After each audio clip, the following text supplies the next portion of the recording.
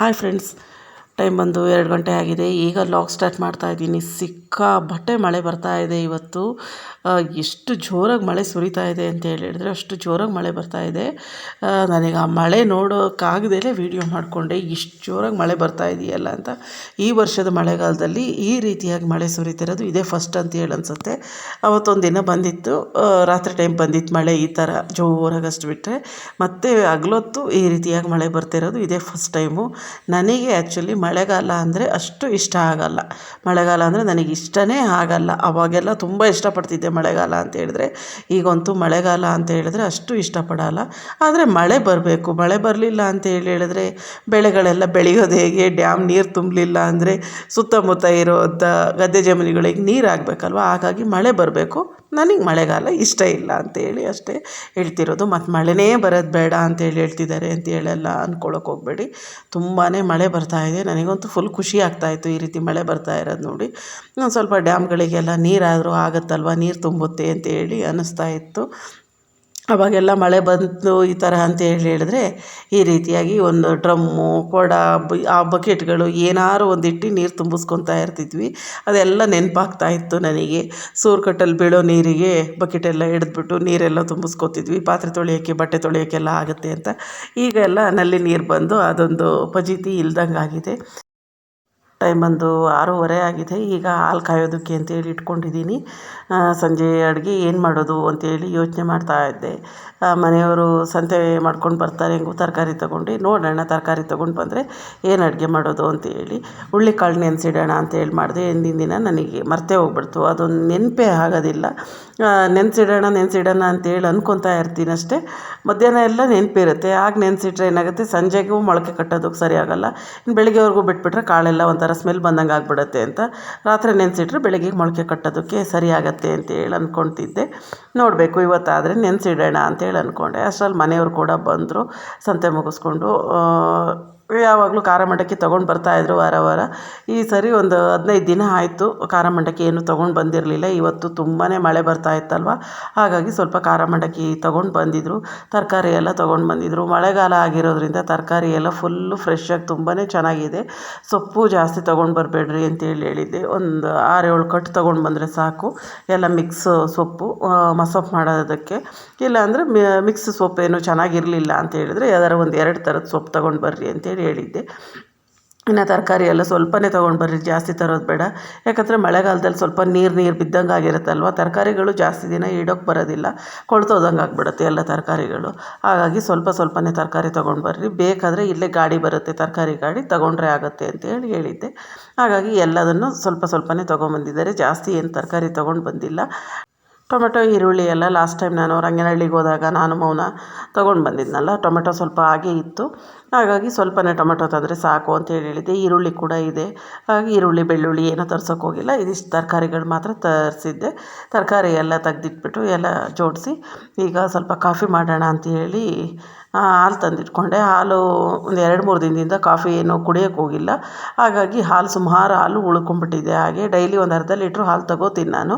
ನಮ್ಮಮ್ಮ ಅವ್ರ ಮನೆಯಲ್ಲೇ ಹಾಲು ತಗೊಳ್ಳೋದು. ಕೆನೆ ಎಲ್ಲ ಹಾಲು ಕಾಯಿಸಿ ಇಟ್ಟಿದ್ನಲ್ವ, ಕೆನೆ ಎಲ್ಲ ಕಟ್ಕೊಂಡಿದ್ದೆ. ಹಾಗಾಗಿ ಕೆನೆ ಎಲ್ಲ ತೆಗ್ದಿಟ್ಬಿಡೋಣ ಅಂತ ಹೇಳ್ಬಿಟ್ಟು ಕೆನೆ ಎಲ್ಲ ತೆಗ್ದಿಟ್ಕೋತಾ ಇದ್ದೀನಿ. ಸಂಜೆ ಟೈಮ್ ಹಾಲು ತಗೊಳ್ಳೋದ್ರಿಂದ ಏನಾಗುತ್ತೆ ಅಂತ ಹೇಳಿದ್ರೆ, ಸಂಜೆ ಹಾಲು ಕಾಯಿಸ್ಬಿಟ್ಟು ತಣ್ಣಗೆ ಮಾಡಿಬಿಟ್ಟು ಫ್ರಿಜ್ಜಲ್ಲಿ ಇಟ್ಬಿಡ್ತೀನಿ. ಬೆಳಿಗ್ಗೆ ಟೈಮು ಇಲ್ಲ ಅಂದರೆ ಸಂಜೆ ಟೈಮು, ಮಾರದಿನ ಸಂಜೆಗೆ ಆ ಕೆನೆ ಎಲ್ಲ ಗಟ್ಟಿಯಾದಾಗ ಆಗಿರುತ್ತೆ. ಅದನ್ನು ಕೆನೆ ಎಲ್ಲ ತೆಗ್ದಿಟ್ಬಿಡ್ತೀನಿ. ಯಾರು ಬಂದರೆ ಕಾಫಿ ಟೀ ಮಾಡಿಕೊಡ್ತೀವಿ ಅಷ್ಟೇ. ಹಿಂಗೇನಾದರೂ ಚಳಿ ಅಥವಾ ಮಳೆ ಇತ್ತು ಅಂತ ಹೇಳಿದ್ರೆ ನಮ್ಮ ಮನೇಲಿ ಕಾಫಿ ಟೀ ಕುಡಿಯೋದಲ್ವ. ಹಾಗಾಗಿ ಹಾಲು ಸ್ವಲ್ಪ ಉಳ್ಕೊಳ್ತಾ ಇರುತ್ತೆ. ಹಾಗಾಗಿ ನಾನು ಸ್ವಲ್ಪ ಪನ್ನೀರು ಈ ಥರ ಎಲ್ಲ ಏನಾರು ಮಾಡ್ಕೊಂಬಿಡ್ತೀನಿ. ಅಥವಾ ಸಂಜೆ ಟೈಮ್ ಸ್ಕೂಲಿಂದ ಬಂದಳು ಅಂತ ಹೇಳಿದ್ರೆ ಸ್ವೀಟ್ ಏನಾದ್ರು ತಿನ್ನಂಗೆ ಆಗಿದೆ ಅಂತ ಹೇಳಿದ್ರೆ ಅವಳಿಗೆ ಸ್ವಲ್ಪ ಹಾಲು ಖೀರ್ ಥರ ಏನಾದ್ರು ಮಾಡಿಕೊಟ್ಬಿಡ್ತೀನಿ. ಇಲ್ಲ ಅಂತ ಹೇಳಿದ್ರೆ ಸುಮಾರು ಹಾಲು ಉಳ್ದು ಹೋಗ್ಬಿಡುತ್ತೆ. ಆ ಹಾಲನ್ನು ನಾನು ಪನ್ನೀರ್ ಮಾಡ್ಕೊಂಬಿಡ್ತೀನಿ. ಪನ್ನೀರ್ ಮಾಡಿಕೊಂಡ್ರೆ ಪನ್ನೀರ್ ಬುರ್ಜಿ, ಗ್ರೇವಿ ಏನಾದರೂ ಮಾಡ್ಕೊಳ್ಬೋದು ಪನ್ನೀರಲ್ಲಿ, ಯಾವ್ದಾದ್ರು ಐಟಮ್ಸನ್ನು ಅಂತ ಹೇಳ್ಬಿಟ್ಟು ಈಗ ಕೆನೆ ಎಲ್ಲ ತೆಗೆದಿಟ್ಕೊಂಡು ಬರೀ ಏನು ಹಾಲಿರುತ್ತೆ ಅದನ್ನು ಹಾಕ್ಕೊಂಡು ಕಾಫಿ ಟೀ ಇದಕ್ಕೆಲ್ಲ ಬಳಸ್ಕೋತೀನಿ, ಮೊಸರೆಪ್ಪ ಹಾಕೋದಕ್ಕೆ ಇದಕ್ಕೆಲ್ಲ ಬಳಸ್ಕೋತೀನಿ. ನಾನು ಕೆನೆ ತೆಗ್ದಿಟ್ಟೆ ಅಂತ ಹೇಳಿದ್ರೆ ಒಬ್ಬೊಬ್ರು ಕೇಳ್ತಾ ಇರ್ತಾರೆ, ಹಾಲು ಹೆಂಗೆ ರುಚಿ ಇರುತ್ತದು, ಕೆನೆ ತೆಗ್ದಿಟ್ಟ ಮೇಲೆ ಹಾಲು ರುಚಿ ಇರಲ್ಲ, ಕಾಫಿ ಟೀ ಎಲ್ಲ ಟೇಸ್ಟ್ ಆಗಲ್ಲ, ಏನೂ ಇಲ್ಲ ಅಂತೇಳಿ ಹೇಳ್ತಿರ್ತಾರೆ. ಹಾಗೆಲ್ಲ ಏನೂ ಇಲ್ಲ, ಇಷ್ಟೊಂದು ಕೆನೆ ಇರುತ್ತೆ ಅಂತೇಳಿ ಹೇಳಿದಾಗ ಅದನ್ನು ತೆಗ್ದಿಟ್ಕೊಂಡ್ರೆ ಒಂದಿಷ್ಟು ಬೆಣ್ಣೆ ಆಗುತ್ತೆ. ಬರೀ ಹಾಲಲ್ಲಿ ಕಾಫಿ ಟೀ ಮಾಡಿಕೊಂಡ್ರೆ ಟೇಸ್ಟು ಕೂಡ ಚೆನ್ನಾಗೇ ಇರುತ್ತೆ, ಏನು ಟೇಸ್ಟ್ ಇರಲ್ಲ ಅನ್ನಂಗೆ ಇರೋಲ್ಲ. ಒಂದು ಸ್ವಲ್ಪ ಉಳಿತಾಯ ಮಾಡಿಕೊಂಡ್ರೆ ನಮಗೆ ಒಳ್ಳೇದಲ್ವಾ. ಮನೆಯಲ್ಲಿ ಹೆಣ್ಮಕ್ಳು ಏನಾರು ಸಣ್ಣ ಪುಟ್ಟದಾಗಿ ಈ ರೀತಿ ಉಳಿತಾಯ ಮಾಡಿಕೊಡ್ತಿದ್ರೆ ನಮಗೆ ಒಳ್ಳೇದಲ್ವಾ. ಈಗ 1 kg ಬೆಣ್ಣೆ ತೊಗೊಳ್ತೀನಿ ಅಂದರೂ ಇಲ್ಲ ಅಂದರೂ 650ರಿಂದ 700 ರೂಪಾಯಿ ದುಡ್ಡಾಗತ್ತೆ. ನಾವು ಅರ್ಧ ಲೀಟ್ರು ಹಾಲು ತೊಗೊಂಡು ಜೊತೆಗೆ ಬೆಣ್ಣೆ ಕೂಡ ಮಾಡಿಕೊಂಡು ಹಾಲು ಕೂಡ ಇರುತ್ತೆ ಅಂತ ಹೇಳಿದ್ರೆ, ಮಜ್ಜಿಗೆ, ಮೊಸರು, ಕಾಫಿ, ಟೀಗೆ ಎಲ್ಲದಕ್ಕೂ ಆಗುತ್ತೆ ಅಂತೇಳಿ ಹೇಳಿದ್ರೆ ಯಾಕೆ ಮಾಡ್ಕೊಳ್ಬಾರ್ದು ಈ ರೀತಿ ಅಂತ ಹೇಳಿ ಅನಿಸುತ್ತೆ. ನಾವು ಹೌಸ್ ವೈಫು, ನಾವೆಲ್ಲೂ ದುಡಿಯೋಕ್ಕೆ ಹೋಗಲ್ಲ, ಏನೂ ಇಲ್ಲ, ನಮಗೊಂದು ರೂಪಾಯಿನೂ ಕೈಗೆ ಸಿಗಲ್ಲ, ನಾವು ಹೆಂಗೆ ದುಡ್ಡು ಉಳಿತಾಯ ಮಾಡೋಕ್ಕಾಗತ್ತೆ, ಈ ರೀತಿ ಎಲ್ಲ ಅಂದ್ಕೊತಿದ್ರೆ ನಿಜವಾಗ್ಲೂ ಏನೂ ಮಾಡೋಕ್ಕಾಗಲ್ಲ. ಮನೆಗೆ ತರೋ ರೇಷನ್ನಲ್ಲೇ ನಾವು ಈಗ 1 ತಿಂಗಳಿಗಾಗೋಷ್ಟು ರೇಷನ್ ತೊಗೊಂಡು ಬರ್ತೀವಿ ಅಂತ ಹೇಳಿದ್ರೆ ಅದನ್ನು 1.5 ತಿಂಗಳವರೆಗೂ ಮಾಡಿಕೊಂಡ್ರೆ ನಮಗೆ ಎಷ್ಟು ಉಳಿತಾಯ ಆಗುತ್ತೆ ಅಲ್ವಾ. ಒಂದು 15 ದಿನ ಫಾರ್ ಎಕ್ಸಾಂಪಲ್ ಒಂದು 5,000 ಕೊಟ್ಬಿಟ್ಟು 1 ತಿಂಗಳು ರೇಷನ್ ಅಂತ ಹೇಳಿ ಅಂದ್ಕೊಳ್ಳೋಣ. ಒಂದು 15 ದಿನ ನೀವು ಹೆಚ್ಚಿಗೆ ಮಾಡಿದ್ರಿ 1 ತಿಂಗಳಲ್ಲಿ ಅಂತ ಹೇಳಿದ್ರೆ ನಿಮಗೆ 2,500 ರೂಪಾಯಿ ದುಡ್ಡು ಸೇವ್ ಆದಾಗ ಆಗುತ್ತೆ. ಈಗ 1 ತಿಂಗಳಿಗೆ ಅಂತೇಳಿ ರೇಷನ್ ತಂದ್ಕೊತೀವಿ, 1.5 ತಿಂಗಳು ಮಾಡ್ತೀವಿ ಅಂತ ಹೇಳಿದ್ರೆ ಒಂದೂವರೆ ತಿಂಗಳು 3 ತಿಂಗಳು ಆಗುತ್ತೆ.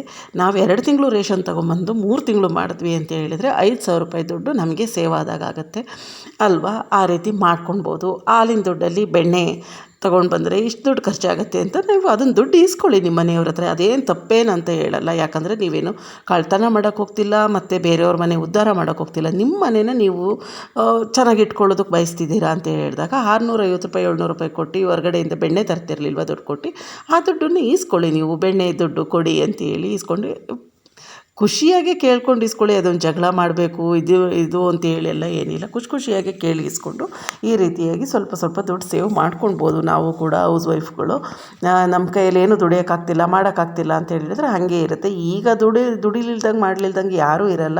ಏನಾದರೂ ಒಂದು ಕೆಲಸ ಮಾಡ್ತಿರ್ತಾರೆ, ಏನಾದರೂ ಒಂದು ದುಡಿಮೆ ಮಾಡ್ತಾನೇ ಇರ್ತಾರೆ ಎಲ್ಲರೂ. ಆಕಸ್ಮಿಕವಾಗಿ ಏನೂ ದುಡಿಮೆ ಇಲ್ಲ, ಏನು ನಾನು ನಿಲ್ಲ ಕೂತಿದ್ದೀನಿ, ಮನೆಯಲ್ಲಿ ಈ ರೀತಿ ಆಗ್ತಿದೆ ಅಂತ ಹೇಳಿದಾಗ ನೀವು ಮನೆ ಖರ್ಚಿಗಂತಲೇ ಒಂದಿಷ್ಟು ದುಡ್ಡನ್ನು ಈಸ್ಕೊತೀರಲ್ವ, ಅದರಲ್ಲಿ ಈ ರೀತಿಯಾಗಿ ಸೇವಿಂಗ್ಸ್ ಮಾಡ್ಕೊಬೋದು ಅಂತೇಳಿ ಹೇಳಿದೆ. ಅಂದರೆ ಯಾರ್ಯಾರ ಮನೆ ಪರಿಸ್ಥಿತಿ ನಿಜವಾಗ್ಲೂ ಯಾವ ರೀತಿ ಇರುತ್ತೋ ನಮಗಂತೂ ಗೊತ್ತಿರಲ್ಲ. ಕೆಲವೊಬ್ಬರು ಮನೆಯಲ್ಲಿ ಹೆಂಗಸ್ರ ಕೈಯಲ್ಲಿ ದುಡ್ಡೇ ಕೊಡಲ್ಲ, ಹೆಣ್ಮಕ್ಳ ಕೈಯಲ್ಲಿ ಅವರೇ ಎಲ್ಲ ತರ್ತಾರೆ, ಅವರೇ ಎಲ್ಲ ಮಾಡ್ತಾರೆ, ಆ ರೀತಿ ಕೂಡ ಇರುತ್ತೆ ಒಬ್ಬೊಬ್ಬರ ಮನೆಯಲ್ಲಿ. ಎಲ್ಲರ ಮನೆ ಪರಿಸ್ಥಿತಿನೂ ಒಂದೇ ರೀತಿಯಾಗಿರುತ್ತೆ ಅಂತ ಹೇಳೋಕ್ಕೂ ಬರಲ್ಲ. ಈ ರೀತಿಯಾಗಿ ಇದ್ದರೆ ಏನಾದರೂ ನಿಮ್ಮ ಕೈಯಲ್ಲಿ ಕೊಡ್ತಿದ್ದಾರೆ ದುಡ್ಡು ಅಂತ ಹೇಳಿದ್ರೆ ಈ ರೀತಿ ಸೇವಿಂಗ್ಸ್ ಮಾಡ್ಕೊಬೋದು ಅಂತೇಳಿ ಹೇಳಿದೆ. ಈಗ ಸಂಜೆ ಸಾಂಬಾರಿಗೆ ಅಂತೇಳ್ಬಿಟ್ಟು ಬೆಂಡೆಕಾಯಿ ಎಲ್ಲ ಹೆಚ್ಕೊಂಡು ಬೆಂಡೆಕಾಯಿ ಸಾಂಬಾರೇ ಮಾಡಿಬಿಡೋಣ ಅಂತ ಹೇಳ್ಬಿಟ್ಟು ಸ್ವಲ್ಪ ಎಣ್ಣೆ ಹಾಕ್ಕೊಂಡು ಹುರ್ಕೋತಾ ಇದ್ದೀನಿ. ಈಗ ಬೆಂಡೆಕಾಯಿ ಎಲ್ಲ ಹುರಿದಿದ್ದಾಯಿತು, ಅದನ್ನು ತೆಗೆದಿಟ್ಕೊಂಡು ಇನ್ನೊಂದು ಬಾಣಲೆ ಇಟ್ಕೊತಾ ಇದ್ದೀನಿ. ಸಿಂಪಲಾಗಿ ಮಾಡ್ಕೊಳ್ಬೋದು. ಇದಕ್ಕೆ ಕಾಯಿ ಏನು ರುಬ್ಬಾಕೋದಿಲ್ಲ, ನಾನು ಹಾಗೆ ಮಾಡ್ಕೋತೀನಿ. ಕಾಯಿ ರುಬ್ಬಾಕಿ ಕೂಡ ಮಾಡ್ತೀನಿ ಬೆಂಡೆಕಾಯಿ ಹುಳಿ, ಈ ರೀತಿಯಾಗಿ ಕೂಡ ಮಾಡ್ಕೋತೀನಿ. ಒಂದೊಂದು ಸರಿ ಈ ರೀತಿ ಮಾಡೋದನ್ನೇ ತುಂಬಾ ಇಷ್ಟಪಟ್ಟು ತಿಂತಾರೆ ಮನೆಯಲ್ಲೆಲ್ಲ. ಕಾಯಿ ಹಾಕೋದಕ್ಕಿಂತ ಕಾಯಿ ಹಾಕ್ದಲೇ ಮಾಡ್ತೀನಲ್ವ, ಆ ಬೆಂಡೆಕಾಯಿ ಸಾರನ್ನು ತುಂಬ ಇಷ್ಟಪಟ್ಟು ತಿಂತಾರೆ. ಈಗ ಒಂದು ಬಾಣಲೆ ಇಟ್ಕೊಂಡು ಸ್ವಲ್ಪ ಎಣ್ಣೆ ಸೇರಿಸ್ಕೊಂಡಿದ್ದೀನಿ.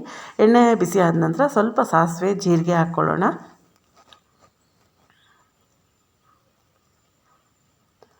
ಸಾಸಿವೆ ಜೀರಿಗೆ ಎರಡು ಸ್ವಲ್ಪ ಚಟಪಟ ಅಂತ ಸಿಡಿದ ಕೂಡಲೇ ಒಗ್ಗರಣೆ ಜೊತೆನೇ ಒಂದು 2ರಿಂದ 3 ಹಸಿಮೆಣಸಿನ್ಕಾಯಿ, ಹಾಗೆ ಒಂದು 2 ಗೆಡ್ಡೆಯಷ್ಟು ಬೆಳ್ಳುಳ್ಳಿನ ಸಿಪ್ಪೆ ಸುಲಿದ್ಬಿಟ್ಟು ಒಗ್ಗರಣೆಗೆ ಸೇರಿಸ್ಕೊತಿದ್ದೀನಿ. ಲೈಟಾಗಿ ಸ್ವಲ್ಪ ಕಲ್ಲಲ್ಲಿ ಜಜ್ಕೊಂಡು ಹಾಕ್ಕೊಂಡ್ರೆ ಬೆಳ್ಳುಳ್ಳಿ ಇನ್ನೂ ಸ್ಮೆಲ್ಲೆಲ್ಲ ತುಂಬಾ ಚೆನ್ನಾಗಿರುತ್ತೆ. ಈಗ ಅದನ್ನು ಚೆನ್ನಾಗಿ ಫ್ರೈ ಮಾಡ್ಕೊಳ್ಳೋಣ. ಇದು ಫ್ರೈ ಆಗ್ತಿದ್ದಾಗೆ ಇದಕ್ಕೆ ಒಂದು 2 ಗೆಡ್ಡೆಯಷ್ಟು ಈರುಳ್ಳಿನ ಹಾಕ್ಕೊಂಡು ಫ್ರೈ ಮಾಡ್ಕೊಂಡಿದ್ದೀನಿ. ಆ ವಿಡಿಯೋ ಕ್ಲಿಪ್ಪಿಂಗ್ ಮಿಸ್ ಆಗಿಬಿಟ್ಟಿದೆ. ಈರುಳ್ಳಿ ಎಲ್ಲ ಚೆನ್ನಾಗಿ ಫ್ರೈ ಆಗ್ತಿದ್ದಾಗೆ ಸ್ವಲ್ಪ ಅರಶಿನ ಪುಡಿ ಸೇರಿಸ್ಕೊಂಡು ಒಂದು 3 ಟೊಮೆಟೊನ ಪ್ಯೂರಿ ಮಾಡಿಕೊಂಡು ಸೇರಿಸ್ಕೊತಿದ್ದೀನಿ. ಈಗ ಟೊಮೆಟೊ ಎಲ್ಲ ಸ್ವಲ್ಪ ಹಸಿ ಸ್ಮೆಲ್ ಹೋಗೋವರೆಗೂ ಚೆನ್ನಾಗಿ ಎಲ್ಲ ಫ್ರೈ ಮಾಡ್ಕೊಂಬಿಡೋಣ ಎಣ್ಣೆಯಲ್ಲೇ. ಆ ಕಡೆ ಸ್ಟವ್ ಮೇಲೆ ರೈಸಿಗೆ ಕೂಡ ಇಟ್ಕೊಂಡಿದ್ದೀನಿ. ಮುದ್ದೆ ಮಾಡೋಣ ಅಂತ ಮಾಡಿದೆ. ಖಾರ ಮಂಡಕ್ಕಿ ಎಲ್ಲ ತಿಂದಿದ್ದರಿಂದ ಮುದ್ದೆ ಏನು ಬೇಡ ಅಂತೇಳಿ ಹೇಳಿದ್ರು ಮನೆಯವರು. ಹಾಗಾಗಿ ಸ್ವಲ್ಪ ರೈಸ್ ಮಾಡ್ಕೊತಿದ್ದೀನಿ. ಅಲ್ಲಿ ಲೀಕ್ ಆಗುತ್ತೆ ಕುಕ್ಕರು, ಹಾಗಾಗಿ ಸುತ್ತ ಒಂದು ಬಟ್ಟೆ ಬಿಟ್ಟಿದ್ದೀನಿ. ಸ್ಟವ್ ಮೇಲೆಲ್ಲ ಚೆಲ್ಲಬಾರ್ದು ಅನ್ನದ ಗಂಜಿ ಎಲ್ಲ ಅಂತ ಹೇಳ್ಬಿಟ್ಟು. ಈಗ ನೋಡಿ ಟೊಮೆಟೊ ಎಲ್ಲ ಚೆನ್ನಾಗಿ ಬೆಂದು ಹಸಿ ಸ್ಮೆಲ್ಲೆಲ್ಲ ಹೋಗಿ ಚೆನ್ನಾಗಿ ಕುದೀತಾ ಇದೆ. ಈಗ ಇದಕ್ಕೆ ಸ್ವಲ್ಪ ಮಟನ್ ಸಾಂಬಾರು ಪುಡಿ ಸೇರಿಸ್ಕೊತಿದ್ದೀನಿ. ಒಂದು ಸ್ಪೂನಷ್ಟು ಮಟನ್ ಸಾಂಬಾರು ಪುಡಿ ಹಾಕ್ಕೊಂಡಿದ್ದೀನಿ. ಹಾಗೆ ಇನ್ನೊಂದು ಸ್ಪೂನಷ್ಟು ಹುಳಿ ಸಾರು ಪುಡಿ ಸೇರಿಸ್ಕೊತಿದ್ದೀನಿ. ಹುಳಿ ಸಾರು ಪುಡಿ ಮಟನ್ ಸಾಂಬಾರು ಪುಡಿ ಎರಡೂ ಹಾಕ್ಕೊಂಡ್ರೆ ಟೇಸ್ಟು ತುಂಬಾ ಚೆನ್ನಾಗಿರುತ್ತೆ ಅಂತ ನಾನು 2 ಪುಡಿಗಳನ್ನು ಬಳಸ್ಕೊತಾ ಇದ್ದೀನಿ, ಖಾರದ ಪುಡಿಗಳನ್ನು. ನೀವು ಮಟನ್ ಸಾಂಬಾರು ಪುಡಿ ಇಲ್ಲ ಅಂತ ಹೇಳಿದ್ರೆ ಬರೀ ಹುಳಿ ಸಾರಿನ ಪುಡಿ ಹಾಕ್ಕೊಂಡು ಕೂಡ ಮಾಡ್ಕೊಳ್ಬೋದು, ತುಂಬಾ ಚೆನ್ನಾಗಿರುತ್ತೆ. ಈಗ ಚೆನ್ನಾಗಿ ಆ ಟೊಮೆಟೊ ಗ್ರೇವಿ ಜೊತೆನೇ ಎಲ್ಲ ಖಾರದ ಪುಡಿನೂ ಮಿಕ್ಸ್ ಮಾಡಿಕೊಂಡು ಒಂದು 20-30 ಸೆಕೆಂಡು ಚೆನ್ನಾಗಿ ಒಂದು ಲೋ ಫ್ಲೇಮಲ್ಲಿ ಇಟ್ಕೊಂಡು ಎಲ್ಲ ಫ್ರೈ ಮಾಡ್ಕೊಂಡಿದ್ದೀನಿ. ಈಗ ಟೊಮೆಟೊ ರುಬ್ಕೊಂಡಿದ್ವಲ್ಲ, ಅದೇ ಮಿಕ್ಸಿ ಜಾರ್ಗೆ ಸ್ವಲ್ಪ ನೀರು ಸೇರಿಸ್ಕೊಂಡು ಆ ನೀರನ್ನೆಲ್ಲ ಸೇರಿಸ್ಕೊತಾ ಇದ್ದೀನಿ. ಸೇರಿಸ್ಕೊಂಡು ನಿಮಗೆ ಯಾವ ಕನ್ಸಿಸ್ಟೆನ್ಸಿ ಬೇಕು ಅದನ್ನು ನೋಡಿಕೊಂಡು ನೀರು ಸೇರಿಸ್ಕೊಳ್ಳಿ. ಇದಕ್ಕೆ ಈಗ ರುಚಿಗೆ ಎಷ್ಟು ಬೇಕಷ್ಟು ಉಪ್ಪು ಸೇರಿಸ್ಕೊಳ್ಳೋಣ. ಹಾಗೆ ನಾವೇನು ಫ್ರೈ ಮಾಡಿಟ್ಕೊಂಡಿದ್ವಿ ಆ ಬೆಂಡೆಕಾಯಿನೆಲ್ಲ ಈಗಲೇ ಸೇರಿಸ್ಕೊಂಡು ಎಲ್ಲ ಚೆನ್ನಾಗಿ ಒಂದು ಮಿಕ್ಸ್ ಕೊಟ್ಕೊಂಡ್ಬಿಡೋಣ. ನಾವೇನು ಗ್ರೇವಿ ಮಾಡ್ಕೊಂಡಿದ್ವಿ ಅದ್ರ ಜೊತೆ ಬೆಂಡೆಕಾಯಿ ಎಲ್ಲ ಚೆನ್ನಾಗಿ ಒಂದು ಮಿಕ್ಸ್ ಕೊಟ್ಕೊಂಡ್ಬಿಡೋಣ. ನೀವು ಪಲ್ಯ ಥರ ಮಾಡ್ಕೋತೀರಾ, ಚಪಾತಿ ರೊಟ್ಟಿ ಇದಕ್ಕೆಲ್ಲ ಅಂತ ಹೇಳಿದರೆ ಸ್ವಲ್ಪ ಗಟ್ಟಿಯಾಗೇ ಇರಬೇಕು. ಮುದ್ದೆಗೆ ರೈಸಿಗೆ ಎಲ್ಲ ಅಂತ ಹೇಳಿದರೆ ಸ್ವಲ್ಪ ತೆಳುವಾಗಿರಬೇಕು. ನಿಮಗೆ ಯಾವ ರೀತಿ ಇಷ್ಟ ಆಗುತ್ತೆ ನೋಡಿಕೊಂಡು ಅದಕ್ಕೆ ನೀರು ಸೇರಿಸ್ಕೊಳ್ಬೇಕಾಗತ್ತೆ. ನಾನು ಸ್ವಲ್ಪ ತೆಳುವಾಗೆ ಮಾಡ್ಕೊಂಡಿದ್ದೀನಿ, ರೈಸಿಗೆ ಮಾಡ್ತಾ ಇರೋದ್ರಿಂದ ಸ್ವಲ್ಪ ತೆಳುವಾಗೆ ಮಾಡ್ಕೊಂಡಿದ್ದೀನಿ.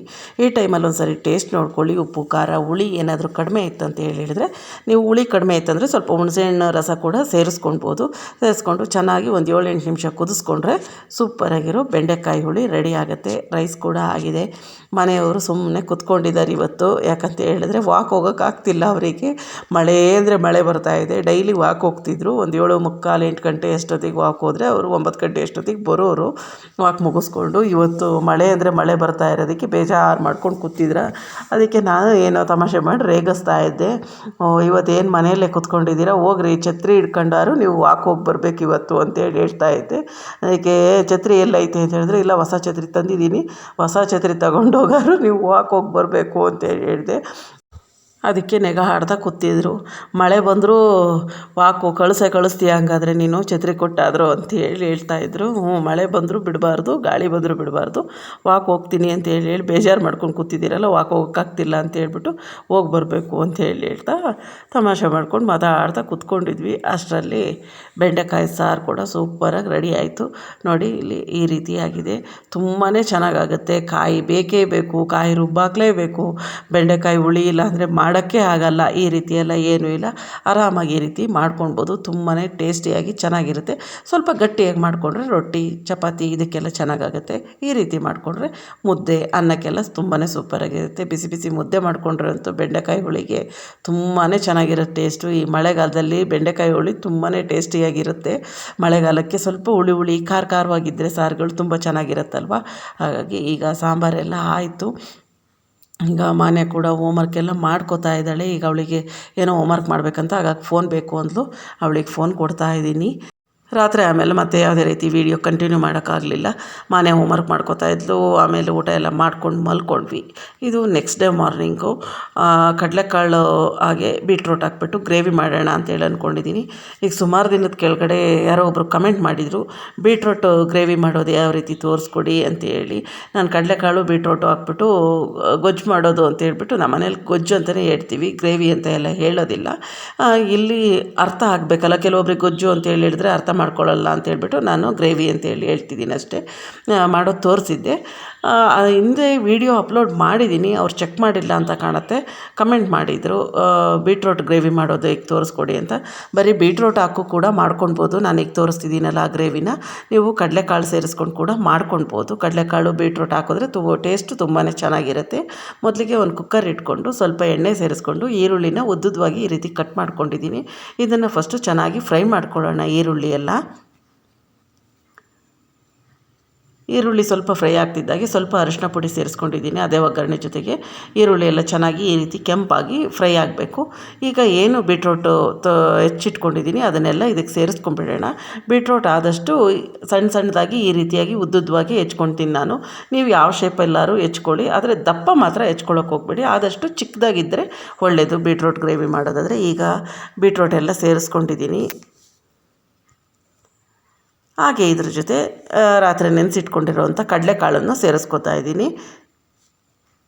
ಕಡಲೆಕಾಳು ಹಾಕ್ಕೊಂಡ್ರೆ ಸೂಪರ್ ಕಾಂಬಿನೇಷನ್ ಅಂತಲೇ ಹೇಳ್ಬೋದು. ಬೀಟ್ರೋಟ್ ಗೊಜ್ಜು ಮಾಡೋದಕ್ಕೆ ತುಂಬಾ ಚೆನ್ನಾಗಿರುತ್ತೆ. ಬೇರೆ ಎಲ್ಲ ಕಾಳುಗಳಿಗಿಂತ ಕಡಲೆಕಾಳು ಸೂಪರ್ ಕಾಂಬಿನೇಷನ್ನು.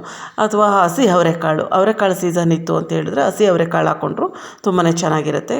ಈಗ ಕಡಲೆಕಾಳು ಬೀಟ್ರೋಟು ಎಲ್ಲ ಸೇರಿಸ್ಕೊಂಡು ಒಗ್ಗರಣೆಯಲ್ಲಿ ಚೆನ್ನಾಗಿ ಒಂದು 5 ನಿಮಿಷಗಳ ಕಾಲ ಚೆನ್ನಾಗಿ ಫಸ್ಟು ಫ್ರೈ ಮಾಡ್ಕೊಂಬಿಡೋಣ ಇದು.